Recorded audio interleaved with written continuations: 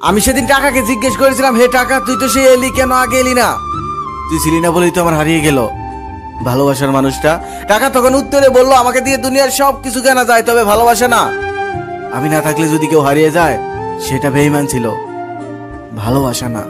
একটা মেয়ে স্বামীর বাড়ি থেকে কান্না করতে করতে বাবার বাড়ি গিয়ে মাকে বলে, মা, আমার স্বামী এতটাই খারাপ ব্যবহার করে, এতটাই অত্যাচার করে, আমি আর টিকে থাকতে পারছি না, আমি সিদ্ধান্ত নিয়েছি তাকে মেরে ফেলবো, তুমি কি আমাকে কোনো সাহায্য করতে পারবে? তখন তার মা বলে, তুই যদি তাকে এভাবে মেরে ফেলিস তাহলে তো তোর জেল হয়ে যাবে, ফাঁসি হয়ে যাবে, তখন কি তুই ভালো থাকতে পারবি? বরং আমি তোকে একটা বুদ্ধি দেই, একটা মেডিসিন দেই।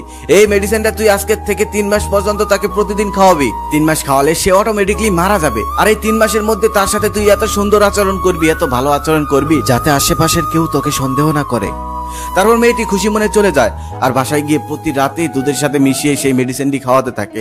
2 মাস পর মেয়েটি কান্না করতে করতে আবার মায়ের কাছে আসে, এসে বলে, মা, আমার স্বামীকে আমি মারতে চাই না, সে এতটাই ভালো হয়ে গেছে আর এতটাই ভালোবাসে আমায়, তাকে ছাড়া আমি বাঁচতেই পারবো না। তখন তার মা বলেন, আরে তোর স্বামী ভালো হয়নি, ভালো হয়ে গেছিস তুই।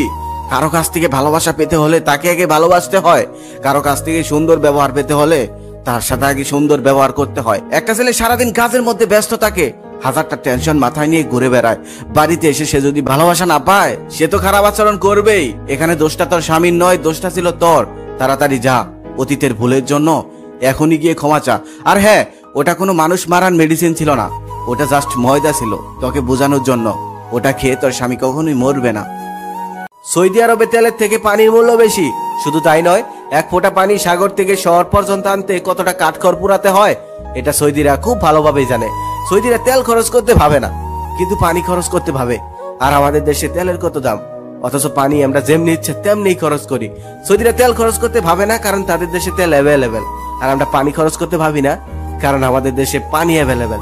ঠিক তেমনই তুমি যদি কারোর জন্য অ্যাভেলেবেল হও, সে তোমাকে মূল্যহীন ভেবে খরচ করে দিবে। তাই কারোর জন্য অ্যাভেলেবেল হইও না, তুমি যার জন্য অ্যাভেলেবেল হবে সেই তোমাকে সস্তা বানিয়ে দিবে। তাই যেখানে যাও, নিজের আত্মসম্মানটা ধরে রেখো। একজন রাগী মানুষকে তুমি শুধু রাগের সময় ছাড় দিয়ে দাও, রাগ শেষ হয়ে গেলে দেখবে তার থেকে তুমি এমন ভালোবাসা পাবে যে ভালোবাসাটা দুনিয়ার কোনো শান্ত মেজাজের মানুষ তোমাকে দিতে পারবে না।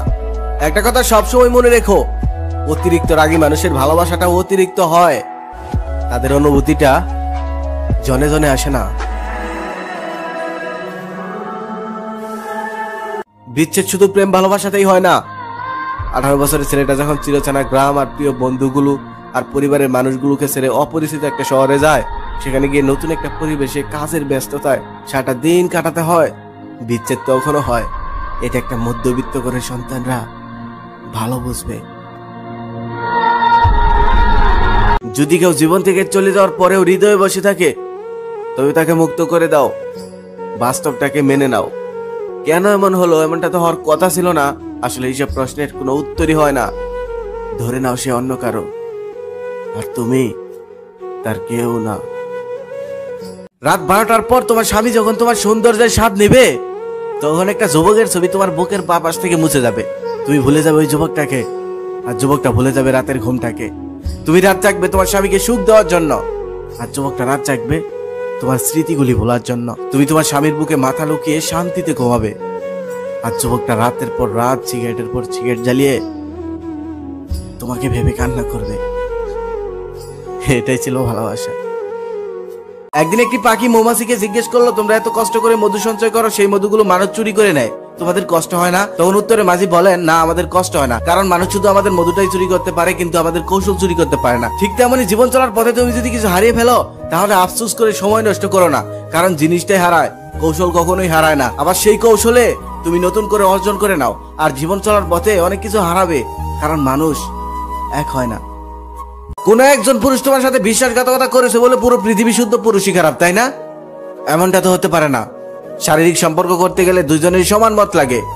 নিজের ইচ্ছায় শরীর দিবা, তারপর সম্পর্ক ভেঙে গেলে সব দোষ পুরুষটার, তাই না? রাগী মানুষগুলো সব করতে পারে, শুধু রাগের সময় নিজেকে কন্ট্রোল করতে পারে না। রাগী মানুষগুলো তার ভালোবাসার মানুষটাকে নিজের জীবনের থেকেও বেশি ভালোবাসতে পারে। আবার রাগী মানুষগুলো রাগের সময় সেই ভালোবাসার মানুষটাকেও আঘাত করতে পারে। আবার রাগ শেষ হয়ে গেলে তার জন্য কান্নাও করতে পারে। ওই যে আগেই বললাম না, রাগী মানুষগুলো সব করতে পারে, শুধু নিজের রাগটাকে কন্ট্রোল করতে পারে না।